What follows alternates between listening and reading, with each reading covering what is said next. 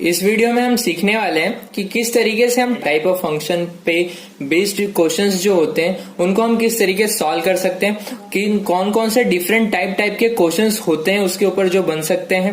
पहले हम समझते हैं मेथड, जिस मेथड से हम उन क्वेश्चंस को टैकल आउट करेंगे, उसके बाद हम उन क्वेश्चंस को भी देखेंगे। तो पहले बात करते हैं मेथड की। अगर वन फंक्शन हमें प्रूफ करना है तो उसके लिए हम क्या करेंगे, हम मान लेंगे कि function a is equals to function b, means function a की वैल्यू फंक्शन बी के इक्वल है, और फिर हम प्रूव कर देंगे कि a इक्वल्स टू बी है, मीन सेम वैल्यू के लिए ही सेम आउटपुट आ रहा है। ओके, मेनी वन है फंक्शंस के लिए हम क्या यूज करेंगे, हम काउंटर एग्जांपल्स का यूज करेंगे, एग्जांपल देंगे और सीधा प्रूफ कर देंगे। ऑन टू फंक्शन के लिए हम y equals to F X रखेंगे, फिर हम यहां से x की वैल्यू निकालेंगे in terms of y, x की वैल्यू निकालेंगे इन टर्म्स ऑफ y, और फिर उस x की वैल्यू को वापस से f के अंदर पुटअप करेंगे। अगर वो हमारा y के इक्वल आता है तो अब ये प्रूफ हो जाएगा कि वो ऑन टू फंक्शन है, और अगर नहीं आता है तो हमारा इनटू फंक्शन है। यहाँ पे हमने मेथड्स की बात की कि हमारा क्या क्या मेथड रहने वाला है किसी भी सम को टैकल करने के लिए, किस तरीके से हम सम को अप्रोच करेंगे। अब देखते हैं उसके ऊपर अलग अलग तरह के सम्स।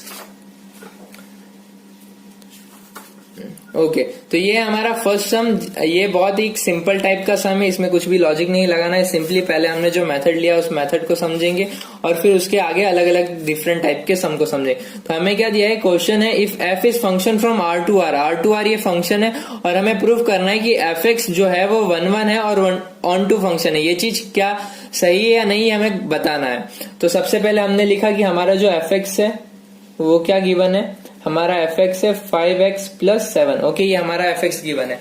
हमारा फंक्शन कहां से, r से r। तो सबसे पहले मैं यहाँ पे क्या करूंगा, हमारा मेथड के तरीके से हम इसे क्या ले लेंगे, f of a equals to f of b। Okay, तो ये हो जाएगा हमारा 5a + 7 इक्वल्स टू 5b + 7। मैंने x की प्लेस पे a और b पुटअप किया, जहां पे मैं ये कंक्लूड कर दूंगा कि a, b जो है वो बिलोंग करता है r के अंदर। ओके, ये चीज मैं पहले से यहाँ वेरीफाई करूंगा और उसके बाद इधर करूंगा कि f of a equals to f of b, 5a + 7 equals to 5b + 7। यहाँ 7 कैंसिल, बचा गया 5a इक्वल्स टू 5b। तो यहाँ पे आ गया हमारा a equals to b, means हमारा जो इनपुट था वो सेम था, इसलिए हमारा आउटपुट भी सेम है। तो ये जो हमारा फंक्शन है ये हमें 1 प्रूफ हो गया। Therefore function f(x) is 1। Okay, अब ऑन टू प्रूफ करने के लिए क्या करेंगे, हम ऑन टू के लिए क्या करने वाले, y इक्वल्स टू f(x) रखेंगे। y क्या है हमारा, y इक्वल्स टू 5x + 7। अब मुझे यहाँ x की वैल्यू निकालनी है इन टर्म्स ऑफ y, तो ये क्या हो जाएगा, y - 7/5 इक्वल्स टू x। ये आया मेरा, ठीक है, ये चीज आ गई मेरी। For every y belongs to r there exist x belongs to r such that f of x equals to f of, इस x की वैल्यू यहां पुटअप कर रहा हूं, y - 7/5 इक्वल्स टू, अब ये जो मेरा फंक्शन था f(x) मेरा क्या था, ये यहाँ पे मेरी x की वैल्यू क्या है, ये। अब मैं इसको फंक्शन में पुटअप करूंगा तो ये हो जाएगा मेरा 5 y - 7/5 प्लस का 7 इक्वल्स टू, ये हो जाएगा मेरा 5 कैंसिल, ये आया मेरा y - 7 + 7 इक्वल्स टू y। तो यहाँ हमारा f(x) इक्वल्स टू y आ गया। तो इससे हमारा प्रूफ होता है कि हमारा जो f(x) है वो ऑन टू फंक्शन है। ओके, हमारा फंक्शन जो है वो ऑन टू है। सिंपल, हमने यहाँ पहला वाला क्वेश्चन लिया जो एकदम नॉर्मल था, इसमें कुछ भी नहीं करना था। सिंपली हमने f of a equals to f of b लिखा और फिर उसे कंक्लूड किया कि ये हाँ a इक्वल्स टू b है। फिर इस तरीके से यहाँ पे ये हमारा कंक्लूड हो गया कि ये 1 फंक्शन है। अब ऑन टू के लिए हमने क्या किया, y इक्वल्स टू f(x) रखा, फिर यहाँ पे x की वैल्यू निकाली इन टर्म्स ऑफ y। उसके बाद हमने यहाँ पे ये कहा कि फॉर एवरी, हर एक y जो r में बिलोंग कर रहा है वहां पे एक x भी होगा जो r में बिलोंग कर रहा है, इस तरीके से कि f of x equals to function जो होगा उसके इक्वल होगा हमारा। ओके, तो यहाँ पे मैंने x की वैल्यू पुटअप कर दी और फिर उसे सॉर्ट आउट किया, और मेरा अगर ये y के इक्वल आ जाता है तो मेरा जो फंक्शन होगा वो ऑन टू कहलाएगा। अगर ये y के इक्वल नहीं आता है तो ये हमारा इन टू हो जाएगा। सिंपल। अब बढ़ते हैं नेक्स्ट सम की तरफ। ओके, तो जो हमारा दूसरा क्वेश्चन है वो इवन ऑड फंक्शन पे बेस्ड है, कि इवन ऑड का क्वेश्चन है तो वो हमें किस तरीके से करना है, समझे। तो सबसे पहले हम क्या करेंगे, यहाँ पे हम इसे 3 अलग अलग केसेस लेंगे, फिर उससे हम लोग इस चीज को कंक्लूड करेंगे। तो सबसे पहले लेते हैं हम केस 1। केस 1 में क्या लेंगे, a एंड b जहाँ पे ए हमारा जो है वो दोनों के दोनों ए कॉमा बी जो है वो बिलोंग करते हैं इवन नंबर को, दोनों के दोनों इवन नंबर से। ओके, दोनों इवन नंबर के लिए लूंगा तो फिर मैं यहाँ पे यही चीज करूंगा, F of A equals to F of B. ठीक है, अब एफ ऑफ ए मेरा क्या हो जाएगा, एन प्लस वन, एन की प्लेस पे क्या आ जाएगा मेरा यहाँ ए, क्योंकि यहाँ एफ ऑफ एन है, पहले वाले पे एफ ऑफ एक्स था इसलिए एक्स की प्लेस पे वैल्यू चेंज हो रही थी, यहाँ पे एन है तो एन की प्लेस पे वैल्यू चेंज होगी। तो ये आ जाएगा मेरा ए प्लस वन इक्वल्स टू, ये हो जाएगा मेरा ए प्लस वन। तो यहाँ से मेरा ए इक्वल्स टू ए आ गया, सॉरी ये हो जाएगा मेरा बी प्लस वन। तो यहाँ से मेरा ए इक्वल्स टू बी आ गया। यहाँ पे हमने दोनों को क्या माना था कि दोनों इवन को बिलोंग करते हैं, इसलिए मैंने सिर्फ इवन वाले की बात की है। ओके, अब मैं केस 2 लेता हूँ। केस 2 मेरा क्या है कि मेरा ए कॉमा बी जो है वो बिलोंग करता है ऑड को, दोनों ऑड नंबर्स को बिलोंग करते हैं। ये केस लिया मैंने, तो वापस से इसे प्रूफ करने के लिए क्या करूंगा, F of A equals to F of B. अब मैं ऑड वाले का लूंगा, तो ऑड वाले का क्या हो जाएगा मेरा a minus three equals to b minus three. तो ये हो जाएगा मेरा यहाँ से a इक्वल्स टू बी, यहाँ पे वापस मेरा a इक्वल्स टू बी आ गया। तो यहाँ पे ये चीज प्रूफ हो गई कि ये दोनों मेरा जो इनपुट था वो सेम है, इसलिए मेरा आउटपुट भी सेम आएगा। ठीक है, अब मैंने यहाँ 2 केस ले लिया, अब मैं तीसरा केस लूंगा। अब बात करते हैं केस नंबर 3 की। थर्ड केस क्या होगा मेरा कि a जो है वो इवन है या और b जो है वो ऑड है, या फिर हम ऐसा लिख सकते हैं वाइस वर्सा। ठीक है, या a इवन है b ऑड है, या फिर a ऑड है b इवन है। इन 2 केस को अब चेक करते हैं। तो इसमें क्या हो जाएगा मेरा, वापस से मैं रखूंगा F of a equals to F of b। ये 2 चीज रखी मैंने एफ ऑफ a के लिए। अब यहाँ पे a को मैंने इवन माना है, तो इसमें मैं इवन वाला नंबर लूंगा। ये हो जाएगा मेरा n plus one equals to, n की जगह पे क्या आ जाएगा a plus one equals to b minus three. क्यों, मैंने b को ऑड माना है इसलिए ऑड वाला आएगा। समझे आप बात को। तो यहाँ a plus four equals to b आ रहा है मेरा। अब यहाँ पे a जो है ये एक इवन नंबर है और b जो है एक ऑड नंबर है, तो even plus even number even. तो यहाँ पे क्या कभी हो सकता है कि even number equals to odd number हो जाए, ये केस कभी पॉसिबल ही नहीं है। जो ये चीज पॉसिबल नहीं है तो मीन्स मेरा क्या हो गया, F of a equals to F of b है। तो ये मेरा प्रूफ कर रहा है कि मेरा a इक्वल्स टू b है। तो इस तरीके से ये मेरा फंक्शन 1-1 फंक्शन हुआ। ओके, सिंपल सा लॉजिक है। अगर हमें इवन ऑड का क्वेश्चन आता है, जिस क्वेश्चन में इवन ऑड है, तो उसको हम किस तरीके से सॉल्व करने वाले, उसमें हम 3 अलग अलग केसेस लेंगे। केस नंबर 1 क्या होगा कि दोनों इवन को बिलोंग कर रहे हैं, फिर हम इवन वाली कंडीशन रख के चेक करेंगे। फिर हम दोनों को ऑड लेंगे, फिर हम ऑड वाली कंडीशन रख के चेक करेंगे। फिर एक को इवन एक को ऑड लेंगे, या फिर वाइस वर्सा, दोनों में से हम कुछ भी कर सकते हैं। इसको इवन लो या इसको इवन लो, या इसको ऑड लो या इसको ऑड लो। इवन ऑड रखेंगे, फिर उसमें चेक करेंगे। हमारा कुछ इस तरीके का डिक्लेरेशन आ रहा है, जैसे कि यहाँ पे आ रहा है कि a plus four equals to B. तो ये a जो है मैंने इवन माना है, 4 भी मेरा इवन है, दोनों इवन है। Even plus even even number आएगा। इवन इक्वल नंबर कभी भी ऑड नंबर के इक्वल नहीं हो सकता, इसलिए यहां से ये चीज तो नॉट पॉसिबल आती है। तो F of A equals to F of B के लिए मेरा a इक्वल्स टू बी होना जरूरी है। सपोज इन केस अगर मेरा a प्लस 5 आता है इक्वल्स टू बी, तो ये क्या हो जाता है, ये मेरा फिर ऑड नंबर हो जाता। Odd number equals to odd number, ये चीज पॉसिबल थी। तो यहां से भी ये कंक्लूड हो जाता है कि ये 1-1 फंक्शन है। तो आप यहाँ पे समझ गए होंगे कि इवन ऑड फंक्शन को हम किस तरीके से टैकल कर सकते हैं। तो यहाँ हमने 1-1 फंक्शन तो प्रूफ कर दिया। अब हमें बताना है ऑन टू है या इन टू है। तो उसको बताने के लिए हम क्या करेंगे, तो अब हमें इसकी रेंज निकालनी है। तो रेंज किस तरीके से निकलेगा, range of this plus range of this इस, ये दोनों का रेंज का यूनियन करने पे मुझे पूरे फंक्शन का रेंज मिलेगा। तो मेरा range equals to n plus 1 का यूनियन n माइनस 3 का। ओके, अब इसको निकालता हूं मैं, वो कैसे होगा।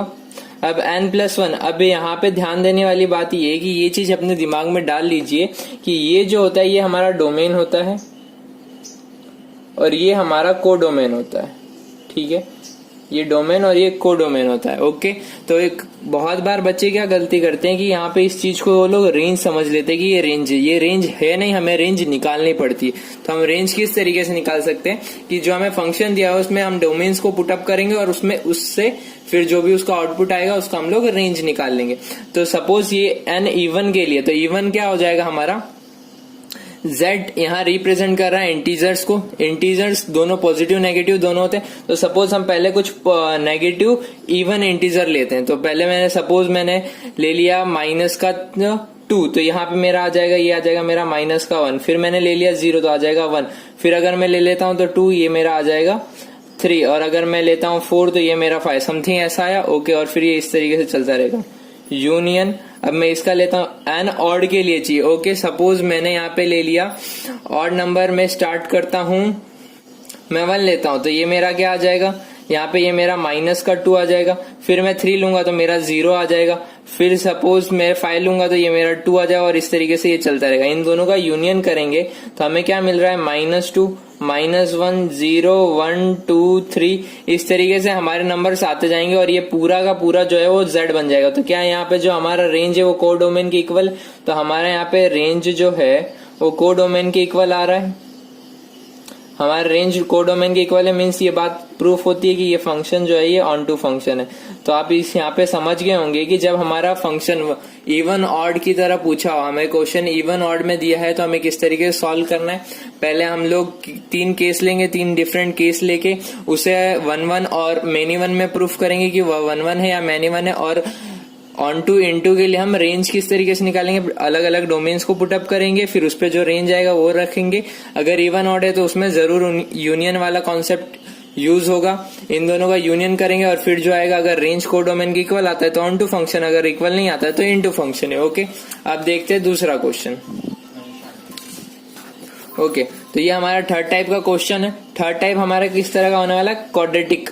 अगर हमारा मान लीजिए कि कोई भी फंक्शन क्वाड्रेटिक टाइप का आता है और उसमें हमें पूछा जा रहा है कि वो फंक्शन 1-1 है या नहीं है, तो उसको सॉल्व करने का क्या तरीका होगा। तो यहाँ पे हमारा जो fx है वो क्वाड्रेटिक है। मैं पहले fx लिख ले रहा हूँ, fx equals to x² - x - 2। अब हमें मालूम है कि जो क्वाड्रेटिक इक्वेशन होती है उसके 2 रूट्स होते हैं, मीन्स वो 2 डिफरेंट वैल्यू पे सेम आंसर देगा हमको, मतलब 2 यूनिक 2 डिफरेंट इनपुट के लिए सेम आउटपुट आने वाला है। ओके, सपोज जैसे कि इस पर मैं प्रूफ करता हूँ, यहाँ मेरा fx है, इन दोनों में से मैं x कॉमन निकाल लेता हूँ, तो x -1 - 2। अगर मैं f(1) की वैल्यू निकालू तो भी मेरा क्या आने वाला आंसर -2, और अगर मैं f(0) की वैल्यू निकालू तो भी -2।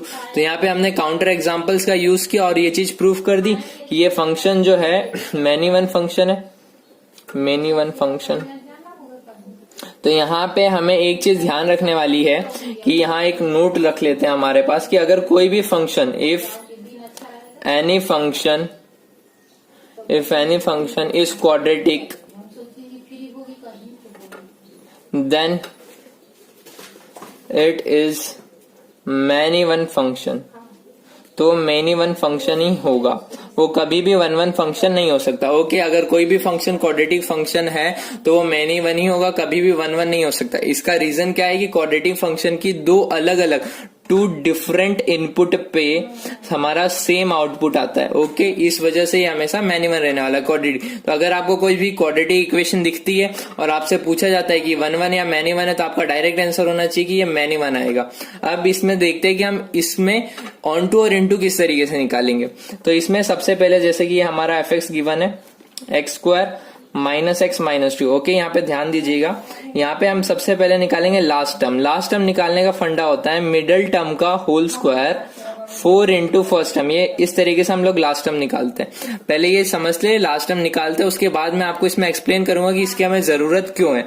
तो लास्ट टर्म क्या हो जाएगा हमारा, मिडिल टर्म यहाँ पे क्या है, यहाँ पे हमारा इसका कोफिशिएंट 1 है, मीन्स 1 का स्क्वायर, सॉरी यहाँ -1 है तो -1 का स्क्वायर 4 इंटू फर्स्ट टर्म हमारा क्या है 1।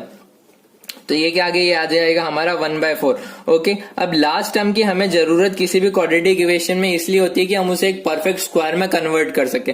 सपोज अगर मैं इसको x² - x - 2, एक बार मैं +1/4 कर रहा हूँ, एक बार -1/4 कर रहा हूँ। ओके, अब यहाँ पे आप देखोगे कि x² - x और 1/4 इन तीनों को अगर मैं साथ में लिखता हूँ तो x -1/2 का होल स्क्वायर बन जा रहा है ये। ओके, तो यहाँ पे आपका ये एक परफेक्ट स्क्वायर में कन्वर्ट हो गया। अगर क्वाड्रेटिक इक्वेशन आ रहा है और हमें उसका रेंज निकालना है तो हमारा सिंपल पहला काम क्या होना चाहिए कि एक परफेक्ट स्क्वायर में कन्वर्ट करना। उसके लिए हमें निकालना होगा लास्ट टर्म। ये कन्वर्ट हो गया, बचा क्या, ये -2 और -1/4। इन दोनों को जब मैं सॉल्व करूंगा तो ये आ जाएगा -9/4, 4 2 8, -8 -1 -9/4। ओके, अब मुझे मालूम है वी नो कि x -1/2 के होल स्क्वायर, किसी भी स्क्वायर की वैल्यू या तो ग्रेटर देन इक्वल्स टू 0 होती है, कभी भी 0 से कम नहीं हो सकती, या तो 0 के इक्वल होगी या 0 से ज्यादा होगी। तो x -1/2 का होल स्क्वायर -9/4 की value greater than equals to -9/4 होगी। मीन्स आपका जो रेंज आएगा यहाँ पर वो आ जाएगा -9/4 से लेके इन्फिनिटी। पर आपका यहाँ को डोमेन क्या दिया हुआ है आर, तो यहाँ पे आपका रेंज जो है वो को डोमेन के इक्वल नहीं है। यहाँ आपका रेंज जो है वो कोडोमेन के इक्वल नहीं है, तो ये हमारा इनटू फंक्शन हो गया। ओके, तो आपको यहाँ पे तरीका पता पड़ गया कि किस तरीके से हमको अगर क्वाड्रेटिक इक्वेशन आए तो उसे किस तरीके से सॉल्व आउट करना है। हमने 3 अलग अलग तरह के क्वेश्चन देखे, तीनों को अलग अलग तरीके से सॉल्व करके देखा। अगर आपको ये ट्रिक्स पता है तो आप बहुत इजीली सॉल्व कर सकोगे, अगर नहीं पता है तो आप कंफ्यूज हो जाओगे। तो इस तरह की ट्रिक्स जानने के लिए मेरे चैनल को सब्सक्राइब कर लीजिए। अब देखते हैं एक लास्ट टाइप का क्वेश्चन जो कि बहुत ही इंपॉर्टेंट है। ओके, तो ये हमारा 4th क्वेश्चन है। अब यहाँ पे है ये क्वेश्चन एकदम सिंपल, इसमें कुछ भी चेंज नहीं, बस क्या चेंज कर दिया यहाँ पे वर्ड्स का चेंज कर दिया। यहाँ पे हमें बोला है कि बताओ क्या ये फंक्शन इंजेक्टिव है या सर्जेक्टिव है। अब यहाँ पे बच्चों को इंजेक्टिव और सर्जेक्टिव का ही मतलब नहीं पता था। इंजेक्टिव का मतलब होता है 1-1 फंक्शन। अगर कोई फंक्शन 1-1 फंक्शन है तो उसे हम लोग इंजेक्टिव फंक्शन कहते हैं, और ऑन टू फंक्शन को ही सर्जेक्टिव फंक्शन बोला जाता है। जो फंक्शन 1-1 के साथ ऑन टू होता है उसे हम लोग बाइजेक्टिव बोलते हैं। ओके, अगर ये 2 वर्ड्स का मीनिंग आपको पता है तो सिंपली आप सॉल्व कर सकेंगे। अब इसमें डोमेन क्या दिया हुआ है, डोमेन है हमारा r-3 और जो को डोमेन है वो r-1।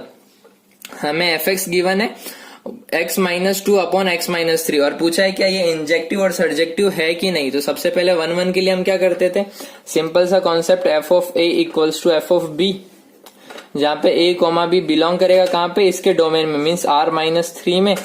ओके, अब f of a f of b को मैं उसमें पुटअप करूंगा तो ये आ जाएगा a-2 bye a-3 equals to b-2 bye b-3। अब क्रॉस मल्टीप्लाई होगा यहाँ पे तो ये हो जाएगा a-2 multiply by b-3 equals to b-2 multiply by a-3।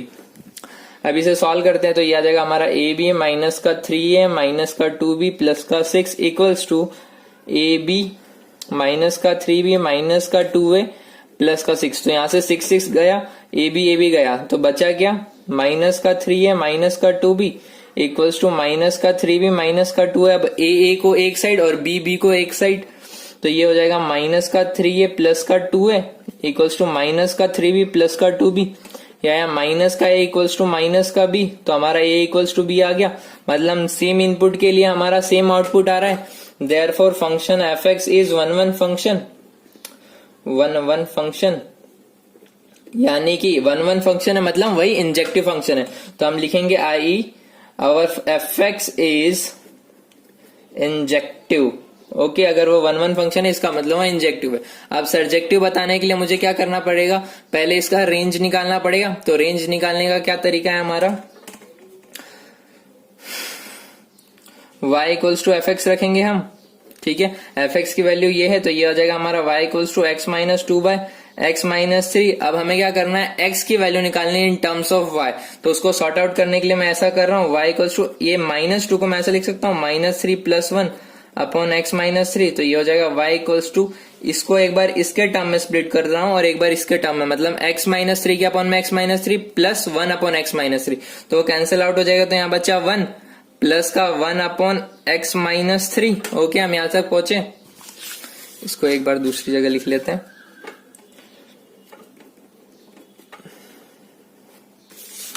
Okay, तो यहाँ हमें x की वैल्यू निकालनी है इन टर्म्स ऑफ y, तो ये हो जाएगा हमारा y-1 इक्वल्स टू 1 अपॉन में x-3। ओके, तो अब सिंपली ये क्या हो जाएगा हमारा x-3 equals to 1 upon y-1, तो x equals to 3 plus 1 upon y-1, तो x equals to 3 into y-1 plus का 1 अपॉन में y-1 equals to 3y-3 plus का 1 अपॉन में y-1। तो ये हो जाएगा हमारा 3y माइनस का 2 अपॉन में y-1। ओके, यहाँ पे हमारी x की वैल्यू आ गई इन टर्म्स ऑफ y। अब सिंपली क्या होगा, फॉर एवरी, हर एक y जो बिलोंग करता है उसके डोमेन में, वहां पे एक एग्जिस्ट करेगा एक ऐसा x जो बिलोंग करता है उसके को डोमेन में। ओके, वो आ जाएगा हमारा r-3 such that f of x equals to f of, यहाँ पे हमारी x की वैल्यू क्या है, ये इसको हम यहाँ पुटअप करेंगे तो ये हो जाएगा 3y-2 अपॉन में y-1। अब इसको, इस चीज को हम हमारे फंक्शन में पुटअप करेंगे। हमारा फंक्शन क्या गिवन था, हमारा फंक्शन था x minus two upon x minus three. हमारा फंक्शन क्या गिवन था, x minus two upon x minus three. तो ये आ जाएगा हमारा 3y माइनस टू अपॉन में y माइनस वन माइनस का 2 अपॉन में 3y माइनस टू अपॉन में y माइनस वन माइनस का 3। ओके, तो यहाँ पे मैंने क्या किया, x की प्लेस पे जो मैंने वैल्यू निकाली थी वो पुट अप कर दी। अब इसे सॉर्ट आउट करते हैं, ये चीज यहाँ जाएगी तो ये हो जाएगा 3y माइनस का 2 माइनस का 2y प्लस का 2 upon y minus one upon में 3y माइनस 2 माइनस का 3y प्लस का 3 अपॉन में y माइनस वन। तो ये y minus one cancel, 3y minus का 2y बचा क्या, y प्लस का 2 माइनस का 2 गया, यहाँ पे 3y माइनस का 3y गया, माइनस का 2 प्लस का 3 क्या बचा 1। तो ये आ गया हमारा y। तो हमारा यहाँ पे आ गया y के इक्वल। तो मीन्स हमारा जो फंक्शन है वो 1 1 फंक्शन है, सॉरी ये हमारा ऑन टू फंक्शन है। ओके, तो इस तरीके से हमने प्रूफ कर दिया कि हमारा फंक्शन ऑन टू है। I hope you understand all the types of sums quite well. If you like it, then subscribe it.